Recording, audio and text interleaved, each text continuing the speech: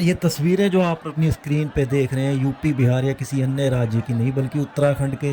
पिथौरागढ़ जिले की ये तस्वीरें हैं, जहां बुधवार को यूपी बिहार व अन्य राज्यों के लिए सेना की भर्ती खुलते ही बुधवार सुबह कम से कम 20,000 से अधिक युवाओं का हुजूम पिथौरागढ़ जैसे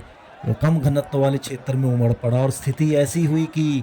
जो युवा थे वो सेना के गेट पर चढ़ने लगे और हालात ये हुए कि गेट टूट गया और जिसके बाद सेना को हल्का बल प्रयोग करना पड़ा, लाठियां भी चलानी पड़ी। हालांकि कई मीडिया प्लेटफॉर्म पे ये खबरें दिखाई जा रही हैं, कई युवा गंभीर घायल हुए, ऐसा कोई खबर नहीं है। कुछ युवाओं को मामूली चोटें लगी जिन्हें प्राथमिक उपचार भी दिया गया, लेकिन कहीं ना कहीं इन 2-3 दिन में लगातार अनियमितताएं इस पूरे घटनाक्रम में नजर आई। जैसे कल से कई वीडियो चल रहे हैं कि जो बसों की शॉर्टेज और यात्रा करने में युवाओं को जैसे जान जोखिम में डालकर कोई बस की डिग्गी में बैठकर यात्रा कर रहा है। यहाँ तक खबरें आई कि कई बसों के शीशे तोड़कर अंदर घुसे, टैक्सियों ने मनमाने किराए लिए। ऐसी कई जो खबरें जो है वो लगातार आ रही हैं और पिथौरागढ़, लेकिन हालात ऐसे हो गए कि एक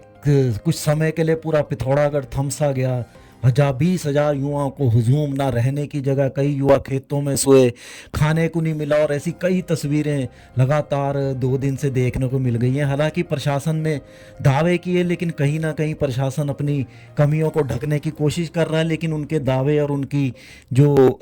आंकड़े सामने दिखाए जा रहे हैं, लगभग वो आंकड़े उन्हीं को कटघरे में खड़े करते हैं। जैसे कि मैं कहीं देख रहा था जो वहाँ से आंकड़े आए, जो प्रशासन पिथौरागढ़ प्रशासन है उनके डीएम द्वारा कहा गया है कि पूरे इंतजाम किए गए थे। उनका कहना है कि 30 सरकारी स्कूलों में युवाओं के रहने की व्यवस्था की गई थी, 18 जगह पे लंगर की व्यवस्था की गई थी। तो उनके आंकड़े ही उनको झूठा साबित करते हैं, क्योंकि जैसे पिथौरागढ़ अगर हाल देखें हम उत्तराखंड के स्कूलों का, जो अगर प्राथमिक स्कूल हैं या जो इंटर कॉलेज हैं, तो उससे अंदाज़ा लगाया जाता है कि 30 स्कूलों में 20,000 युवाओं का रहना आखिर किस तरह तर्क संगत है। आप बताएं, एक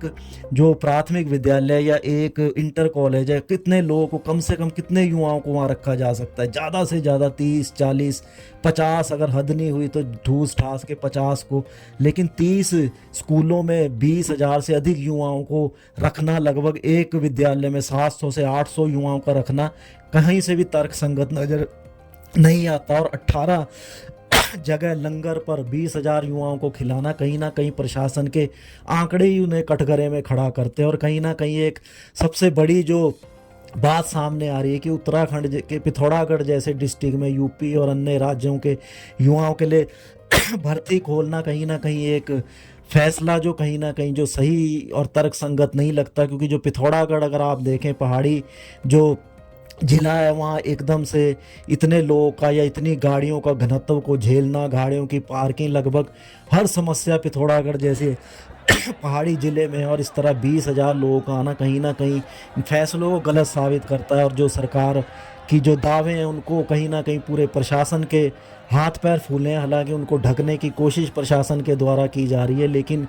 लेकिन तस्वीरें चीख चीख कर स्थिति को बयान कर रही हैं। मानो कुछ देर के लिए पिथौरागढ़ आग के गोले के ऊपर बैठा था, क्योंकि 20,000 यूपी और बिहार और अन्य जिलों के युवाओं का पिथौरागढ़ में अचानक से आना और अनियमितताएं, गाड़ी ना मिलना, खाना ना मिलना, रहने की व्यवस्था नहीं, और इतना युवाओं का, यूपी बिहार के युवाओं को हुजूम, तो आप आसानी से अंदाज़ा लगाया जा सकता है कि अगर कोई अनहोनी हो जाती या अनियमितताओं के चलते युवा भिदक जाते, हिंसा पे उतर आते, तो क्या हाल पिथौरागढ़ का होता, आप आसानी से अंदाज़ा लगा सकते हैं। क्या तोड़ फोड़ होती और कितना नुकसान और कितनी जो कैजुअलिटी होती है, आप आसानी से इसका अंदाज़ा लगाया जा सकता है। और उसको रोकना कितना मुश्किल होता है, क्योंकि पिथौरागढ़ जैसी जगह जहाँ, या जोड़ने के लिए, जहाँ इजी पहुँचने के लिए नैनी सैनी जैसे एयरपोर्ट का इंतज़ाम किया है, हवाई यात्रा का इंतज़ाम किया गया है, वहाँ एकदम से पुलिस बल का और सुरक्षा कर्मियों का पहुँचना कितना मुश्किल होता है, इसका अंदाज़ा लगाया जा सकता है। और